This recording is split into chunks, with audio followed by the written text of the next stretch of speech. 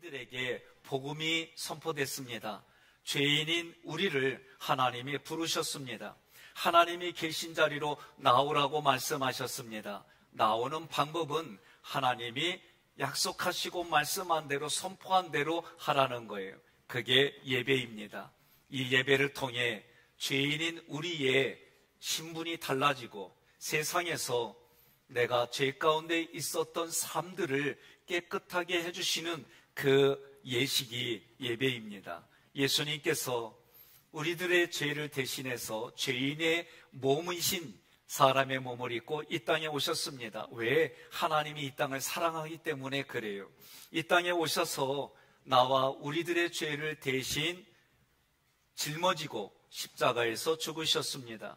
그 예수님이 죽으시고 내가 구원받아서 살아났습니다. 이제부터는 내가 죽고 예수님이 살아나고, 내가 죽고 가정이 회복이 되고, 내 생각과 감정을 내려놔서 선교회가 살고, 내 생각들이, 감정들이 치유받아서 살아가는 그런 현장을 살아가기를 주님의 이름으로 권면합니다. 하나님 앞에 나올 때 가장 먼저 해야 될 게 뭐냐? 구약을 보니까 대제사장일지라도 사람이기에 먼저 하나님 앞에 속죄제를 드리라는 거예요. 다시 말하면 나의 죄를 제거하는 그런 예식, 그런 시간을 먼저 가지라는 거예요. 저도 어제 나만의 예배를 드렸어요. 오늘은 하나님의 말씀을 선포하는 집례자로 있지만 내가 먼저 하나님 앞에, 하나님 오늘 이 자리에 서기까지 하나님 보시기에 합당하지 않은 거, 내가 생각하기에도 죄스러운 거, 내가 생각해도 온전하지 못한 거 어제 예배 때 다 갈아서 하나님 앞에 이렇게 제물로 드렸습니다. 오늘 이 시간 여러분들도 마찬가지예요. 그런 마음을 가지고 나의 모든 것을 주님께 겁니다. 나의 최고의 가치를 주님께 드립니다. 그 하나님 앞에 나올 때에 화목제물을 예수님으로 드립니다. 저 여인이, 저 남자가, 저 사람이 하나님 앞에 나아갈 수 있도록 내가 그 사람 앞에 하나님의 제물이 되겠습니다. 그런 마음으로, 하나님, 나는 하나님의 은혜가 아니면 죽을 수밖에 없습니다. 하나님의 은혜가 아니면 이 환경을 이겨나갈 수가 없습니다.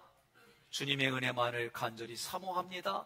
내가 오늘 이 예배를 드리면서 내가 누군가의 마음을 상하게 하거나 내가 누군가의 물질을 손해보게 했으면 그 물질의 5분의 1을 더해서 내가 갚겠습니다. 내가 용서하며 이렇게 살아가겠습니다.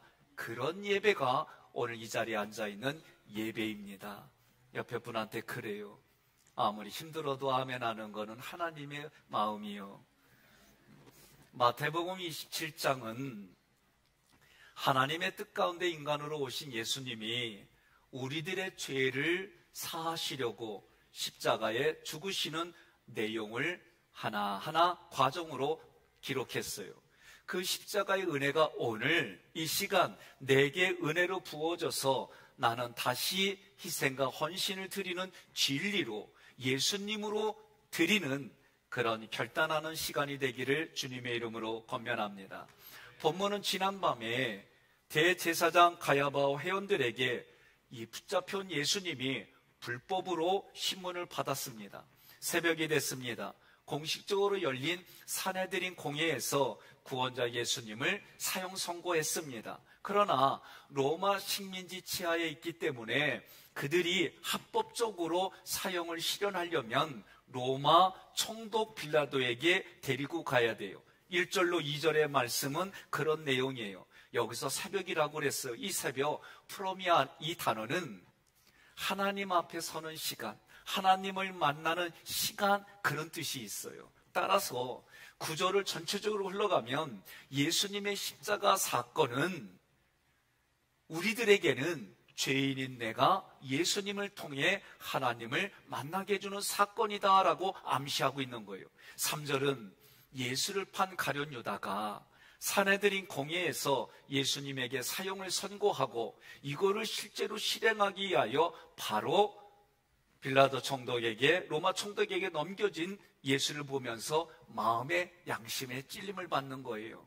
그리고 예수를 판 은 30을 대제사장과 장로들이 있는 자리에 도로 갖다 주는 겁니다. 그때 유다가 하는 말이 4절에 내가 무죄한 피를 팔고 죄를 범하였다라고 고백했어요. 그가 예수님을 그리스도로 믿지 않았습니다. 예수님이 선하다는 걸 알았어요. 훌륭한 분이다라는 것도 알았어요. 그러나 예수님이 지금 이렇게 부당하게 대우받는 분이 아니다라는 것도 알았어요. 예수님이 지금 너무 부당하고 불법으로 처형되는 그 길로 걸어가는 모습이 자기가 은 30에 팔았다는 죄 때문이라는 것도 알았어요. 심리적으로 이 구절은요, 내면의 소리는 지금 대제사장들에게 내가 은 30을 받고 팔았지만 잘못된 거야. 원위치로 바꾸자. 다시 원위치로 가자. 그렇게 의견을 내세우는 거예요. 가룟유다가 이제 처음 예수님을 만났던 그런 설레이는 마음으로 다시 돌아왔어요. 문제는 돌아서서 이것을 도움을 청하는 대상이 잘못됐어요. 하나님께로 돌아서야 됩니다. 우리가 사람과의 관계 속에는 아무리 옳고 그름을 얘기를 해줘도 상고하고 항고하고 고등법원에 대법원까지 가고 그래서도 안 받아들이는 게 이 땅의 모습이에요. 지금 가룟유다는 사람에게 돌아섰어요. 그리고 도움을 청했어요. 그런데 그 사람들은 예수를 죽이려고 의도를 가지고 지금 죽이겠다는 사람들, 대제사장과 장로들이에요. 도움을 받을 수가 없는 거예요. 그들은 가룟유다의 도움을 거절했어요. 그러면서 하는 말이 우리와 상관이 없어. 너가 한 일이야. 너가 책임을 져. 그렇게 얘기하는 거예요. 여러분, 옆에 분에게 이렇게 진지한 얼굴을 대고 그러면서 웃으면서 얘기해요. 어려울 땐 나한테 와 도와줄게. 에? 지금 가룟유다는 도움을 청하는 거예요. 그러나 거절받았어요. 여러분, 성경은 이렇게 말합니다. 이사야 55장 7절 함께 봉독합니다. 악인은 그의 길을, 불의한 자는 그의 생각을 버리고 여호와께로 돌아오라. 그리하면 그가 긍휼히 여기시리라. 우리 하나님께로 돌아오라. 그가 너그럽게 용서하시리라. 아멘. 믿습니까? 하나님은 우리를 돌아오라는 거예요. 우리에게. 그리고 하나님은 돌아온 우리를 용서해 주시겠다는 거예요. 묻지도 따지지도 않고 용서해 주시겠다는 거예요. 그러면서 하는 말이 다시는 이런 짓을 하지 말라는 거예요. 우리가 살아가는 세상에서는 어떤 사건들마다 분명히 기쁨과 즐거움으로 시작하고 희망을 가지고 비전을 가지고 시작했지만 지나고 나니 후회할 때가 있습니다. 그 사건을 후회로 끝내느냐 아니면 하나님 앞에 회개하여 새로운 인생을 살아가느냐, 이 두 질문은 너무나도 끝이 달라요. 하나님 앞에 예배를 드리기 전에 하나님은 죄인인 우리를 거룩하신 하나님 앞에 거룩하게 만들어 주시겠다고 하나님이 하신 말씀대로 여러분들이 레위기의 5대 제사의 예배의 정신을 가지고 이 자리에 왔어요. 여러분들이 오셔서 하는 건 뭡니까? 내가 죄인이에요. 아침에 일어나서 이 예배 시간에 오기까지도 혹시나 하나님 앞에 내가 마땅히 온전히 드려지지 못하는 게 있다면 그 드려지지 못한 부분 하나님 앞에 속죄의 제사를 드리며 내가 용서받기를 원합니다. 이것이 가장 먼저예요. 그리고 하나님 앞에 하나님의 방법으로 여러분들이 이 자리에 앉았습니다. 5절에 유다가 은을 성소에 던져넣었다 그랬어요. 이때 성소는 제사장들만 출입할 수 있는 거예요. 제사장이 아닌 가룟유다는 출입할 수가 없어요.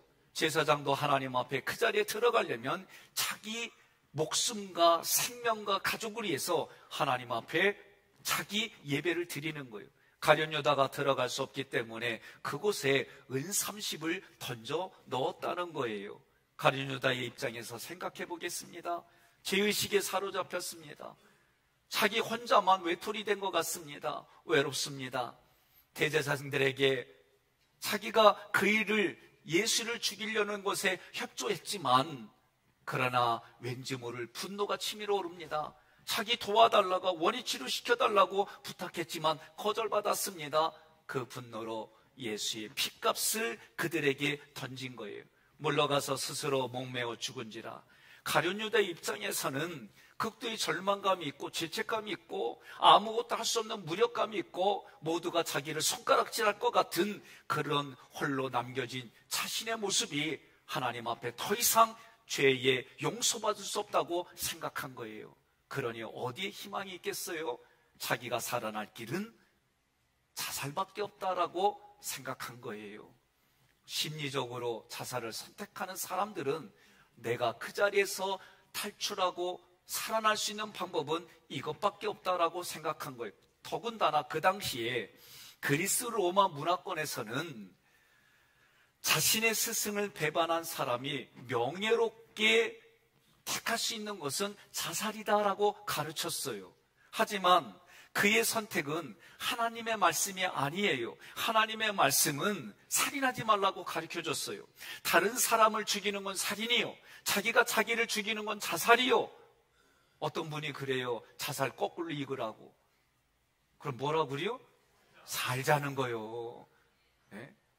인생을 다시 한번 뒤집어 보면, 부정을 긍정으로 보고 긍정을 부정으로 보면 살 수밖에 없는 구조가, 하나님이 함께 해주시는 구조가 우리의 인생인 줄 믿으시기를 바랍니다. 유다는 자신의 스승을 배신할 때도 불신앙이었어요. 자신의 잘못을 뉘우치는 방법도 불신앙입니다. 함께 봉독합니다. 고린도서 7장 10절. 하나님의 뜻대로 하는 근심은 죄를 뉘우치고 구원에 이르게 함으로 후회할 필요가 없습니다.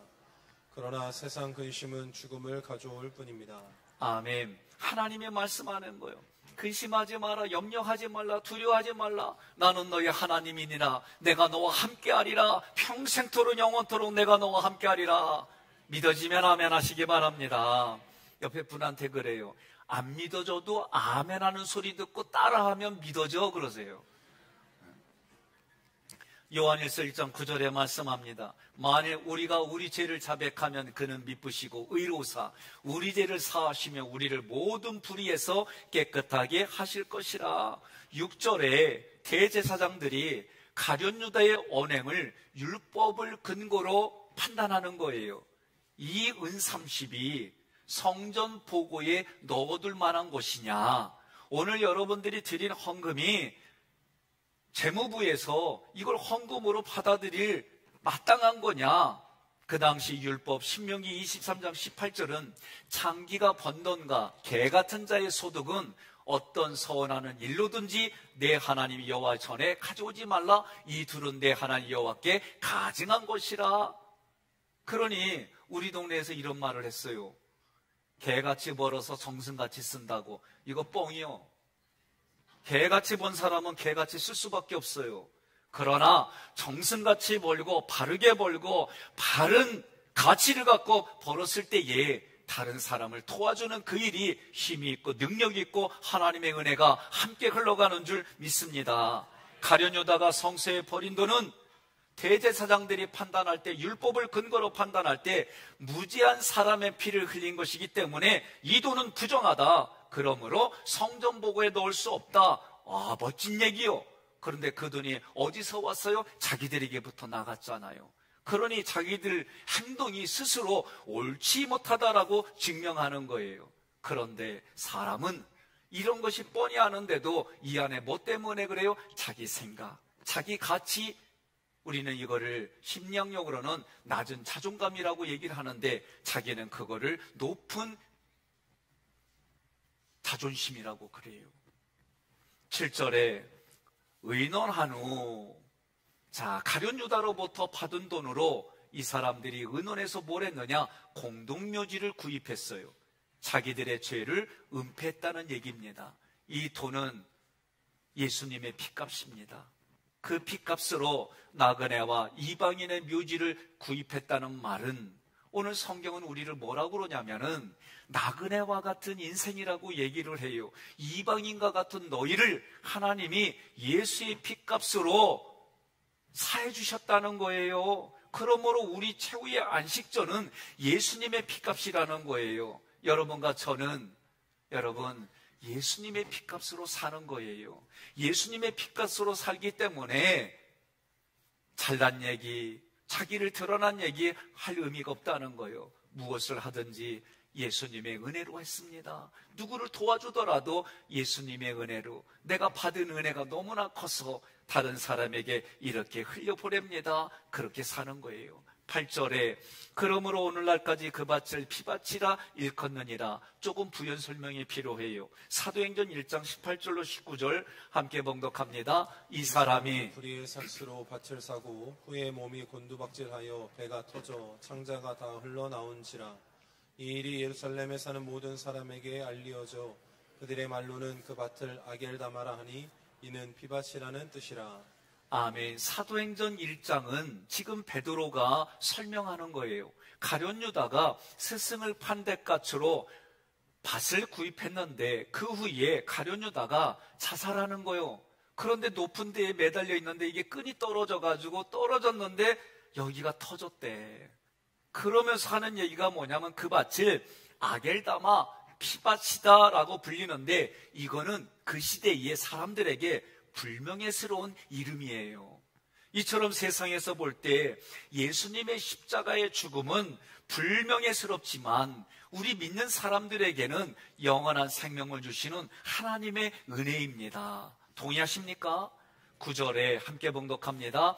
이에 선지자 예레미야를 통하여 하신 말씀이 이루어졌나니. 자, 예레미야가 이 말씀을 한 게 아니에요. 구약을 찾아보니까 스가랴 선지자 11장 12절로 13절에 나와요. 함께 봉독합니다. 내가 그들에게 말하였다. 너희가 좋다고 생각하면 내가 받을 품삯을 내게 주고 줄 생각이 없으면 그만두어라 그랬더니 그들은 내 품삯으로 은 30개를 주었다. 주님께서 내게 말씀하셨다. 그것을 토기장에게 던져버려라. 그것은 그들이 내게 알맞은 사기라고 생각해서 쳐준 것이다. 나는 은 30개를 집어 주의 성전에 있는 토기장에게 던져주었다. 아멘. 지금 마태가 예레미야라고 적었는데 실제는 스가랴 선지자의 말씀을 인용한 거예요. 이 말씀을 인용한 의도는 하나님이 계획하셨습니다. 하나님이 계획하고 하나님의 방법대로 지금 흘러갑니다. 결론도 하나님이 완성합니다. 그런 의도로 이 구절을 인용했는데 왜 스가랴가 아니라 예레미야라고 했느냐? 그 당시에 예레미야는 모든 선지서의 최고로 꼽는 거예요. 그러니 대표성이에요. 지금 마태는 이 모든 선지자의 대표성을 두어서 하나님이 계획하고 하나님의 의도대로 이끌어 간다는 거예요. 이럴 때 질문이 생깁니다. 그러면 러시아 우크라이나 전쟁이나 이스라엘과 팔레스타인 전쟁이나 여기저기 기근행 이 모든 것들이 하나님의 뜻 가운데 흘러가는 겁니까? 라고 질문한다면 저는 예, 맞습니다! 라고 얘기를 하는 거예요.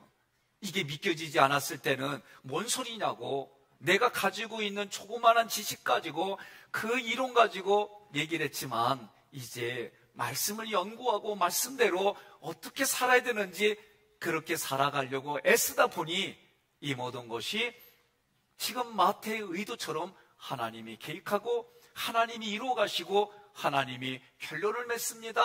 이럴 때 믿음 있고 센스 있는 분들은 겉으로 아멘 하는겨. 동의하십니까? 예. 두 번째 9절부터 10절까지 일러스되 같이 있습니다. 그들이 그 가격 매겨진 자 곧 이스라엘 자손 중에서 가격 매긴 자의 가격 곧 은 30을 가지고 토기장의 밭값으로 주었으니 이는 주께서 내게 명하신 바와 같으니라 하였더라. 아멘. 현대인의 성경으로 읽어보니까 이해가 쉬워요. 함께 다시 있습니다. 이렇게 해서 예레미야의 다음과 같은 예언이 이루어졌습니다. 그것은 이스라엘 백성이 사람의 몸값으로 정한 은화 30개를 받아 주께서 나에게 명령하신 대로 토기장 위에 밭을 사는 값으로 주었다. 아멘. 스가랴의 예언을 인용해서 그 예언대로 오늘 지금 예수님이 죽어가는 모습도 하나님이 다 계획한 거고 이것을 믿는 우리들에게는 복음이 되고 복음을 받은 우리들은 죄의 문제를 날마다 매일 하나님 전에 나올 때 해결받고 하나님의 거룩, 하나님의 말씀대로 순종하는 게 거룩이에요. 그 거룩한 삶을 살아서 하나님이 주시는 축복을 나도 누리고 누리는 거를 내 이웃, 가장 최소 단위가 가정에서부터 흘러가 이웃들에게까지로 흘러가는 그런 인생을 살게 해주신다는 거예요. 여러분 동의합니까? 사랑하는 성도 여러분, 우리가 이 땅에서 살다 보면 때로는 원하든 원하지 않든 우리는 죄의 영향력을 받고 나도 모르게 거기에 문화로 받아들여서 살아갈 때가 있어요. 레위기의 말씀대로 먼저 그럴 때마다 나의 죄를 해결하려고 속죄제를 드리는 거예요. 다른 말로 말하면 하나님 앞에 회개하는 시간을 갖는 거예요. 인간은 연약합니다. 강한 것 같지만 연약해요. 내 앞에 놓인 어려움, 장애물 때문에 넘어지기도 해요. 어찌할 바를 몰라서 눈물만 흘리려고 그래요. 그 문제를 해결하려고 동분서주하며 방법들을 찾아내요.